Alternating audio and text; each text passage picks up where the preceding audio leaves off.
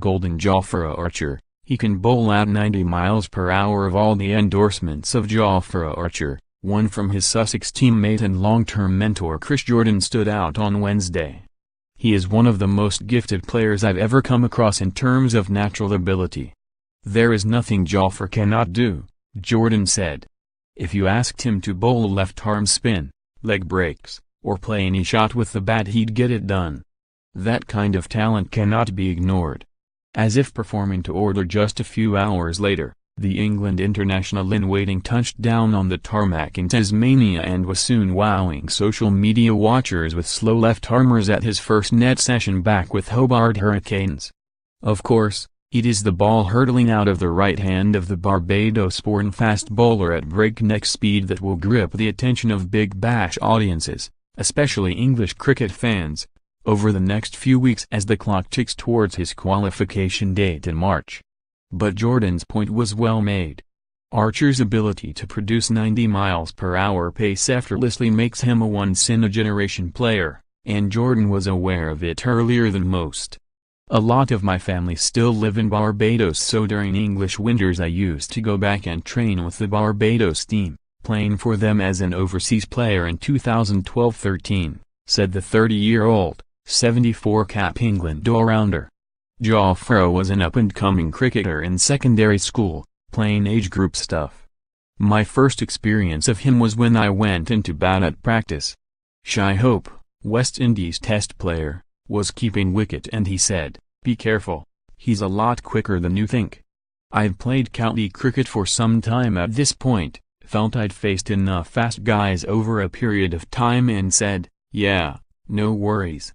He ambled up to the crease and bowled me a seriously quick bouncer. Had it been on target it would have cleaned me right up.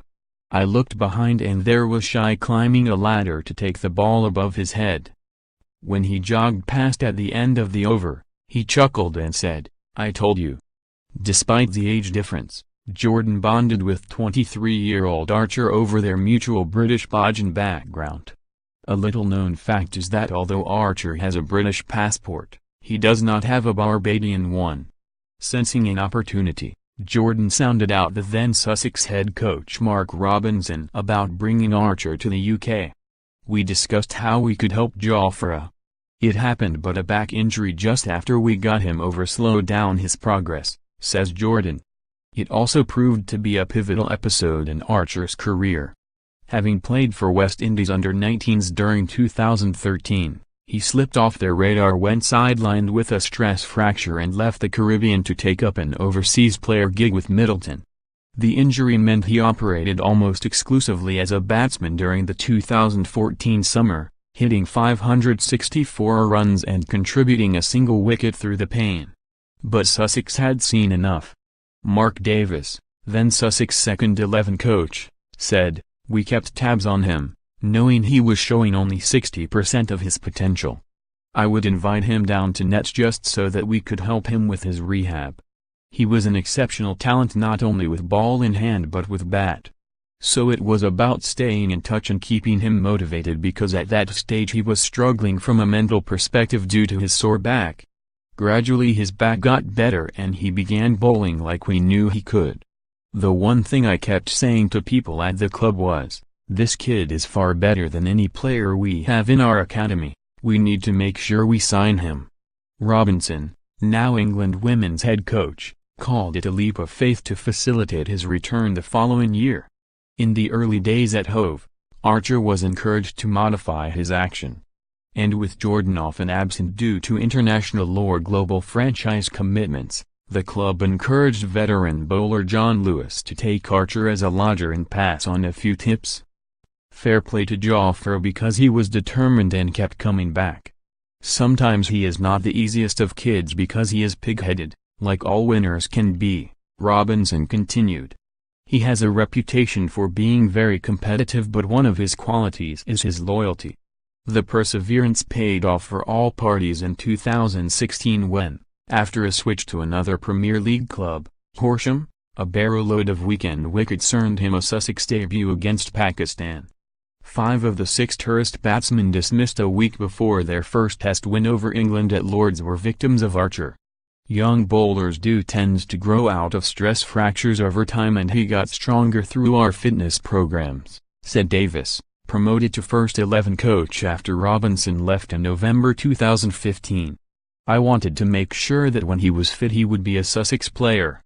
Within days he had signed his first contract, and despite grumblings emanating from the Caribbean about poaching when the ECB reduced its qualification rules recently, South African Davis recalls Archer being intent on playing for England from the first time they met.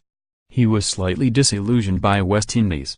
He was looking for a bit of structure, a bit of help, he said. England gave him that, so he was motivated to play for them. He could see they were putting time into him. I am looking forward to seeing it. So, no doubt, will be Archer's Liverpool-based, English father Frank, who was reunited with his son when he threw in his cricketing lot here. Jordan said, "He's as good as anyone around at the minute, but it's not the performances on the field I am most proud about. It's the dedication he's putting into his body. It's even to the point where he's dragging me to the gym." Although his commitments down under mean Archer will not have completed the required 210 days residency until mid-March, England retain the option to include him in their provisional World Cup squad on April 23. And two of the men who monitored the early stages of a journey that has so far taken in 131 first-class wickets at under 24 runs apiece, plus an £800,000 Indian Premier League contract, are adamant they would not regret doing so. Davis said, "He can change a game in a couple of overs.